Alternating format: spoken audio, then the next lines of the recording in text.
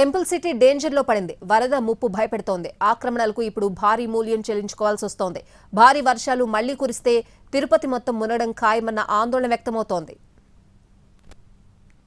ఒకప్పుడు గ్రామం, అటు తర్వాత క్రమక్రమంగా మహానగరం వరకు చేరుకుంది.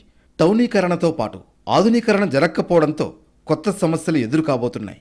అదే వరద ముప్పు ముంచుకొస్తోంది. ఆనాటి భయాలు ఇంకా వెంటాడుతూనే ఉన్నాయి. వర్షాకాలం వస్తే చాలు రోడ్లు చెరువులుగా మారుతున్నాయి. ఇక లోతట్టు ప్రాంతాలు మొత్తం మునిగిపోతున్నాయి. గత 2-3 ఏళ్లుగా వరుసగా ప్రజలు ఇబ్బందులు పడుతున్నా పాలకులు మొద్దు నిద్ర వీడటం లేదు. కార్పొరేషన్ టౌన్ ప్లానింగ్ అధికారులు కూడా పట్టనట్లు వ్యవహరిస్తున్నారు. కొన్నేళ్లుగా అక్రమ కట్టడాల జోలికే వెళ్లలేదు. దీంతో లోతట్టు ప్రాంతాలకు ఇదో శాపంగా మారింది. కొర్లగుంట, కొరమీనిగుంట, సింగాలగుంట ప్రాంతాలకు ముంపు ప్రమాదం ఉంది. కొండ నుంచి వచ్చే వరద నిల్వ కోసం దాదాపు 200కు పైగా చెరువులు ఉండేవి. అలాంటిది ఇప్పుడు 9 మాత్రమే ఉన్నాయంటే పరిస్థితి ఎంత దారుణంగా ఉందో తెలుస్తోంది. ఉన్న వాటిలో కూడా ఆక్రమణలున్నాయి. 92,000 ఇళ్లుంటే అందులో సగం ఇళ్లు ప్రభుత్వ స్థలాలు, చెరువులు, నీటి వనరులు ఆక్రమించుకున్నాయి. ఎప్పుడు వరద ముంచెత్తుతుందోనని ఆందోళన వ్యక్తమవుతోంది. తిరుపతిలో కనీస ప్రణాళికలు లేకుండా నిర్మాణాలు పుట్టుకొస్తున్నాయి. వాటిలో కొన్ని అనధికార కట్టడాలే వెలిశాయి.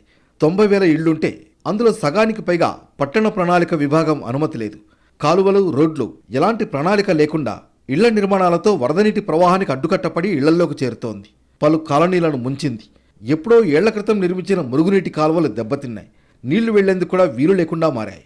చెరువులకు వెళ్లే కాలువల పొడవు 45 కిలోమీటర్ల పైనే ఉండేది. ఇప్పుడు సగంకు పైగా ఆక్రమణకు గురయ్యాయి.